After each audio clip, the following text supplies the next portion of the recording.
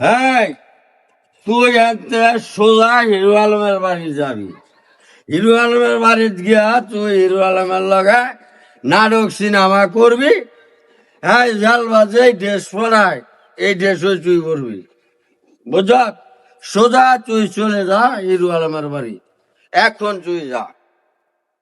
তুই নাটক সিনেমা কইরা প্রতি মাসে মাসে টাকা আমাকে দিবি, আর আমি 2 হাত ভরে উড়ে দিব, 2 হাত ভরে উড়ে দিব, বুঝছ?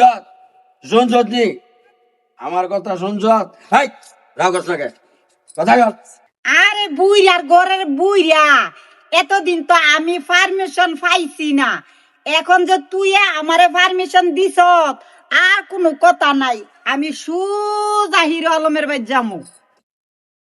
যা, এখান থেকে তুই সোজা যা হিরো আলমের বাড়ি গিয়া, হ্যাঁ, যে ড্রেস পরায় এই ড্রেসও তুই করবি, আর যেই নাটক করায় যে সিনেমা করায় তাও তুই করবি। যা, আমার এখন খালি টাকার কাম। তুই প্রতি মাসে মাসে কিছু টাকা আমাকে দিবি, এর দামে বাবা খাইতে লই চলবো, আর কিছু লাগবে না, বুঝছ? যা, তুই ডাইরেক্ট হিরো আলমের বাড়ি যাবি। ঠিক আছে রে বুইরার ঘরের বুইরা, আমি এখনো হিরো আলমের বাড়ি যাইতাছি। আমি যদি কোনো ভাবে নায়িকা হইতে পারি তো মানুষ দে 3 তালাক, আমি দুমু তোরে 6 তালাক, বুঝছ?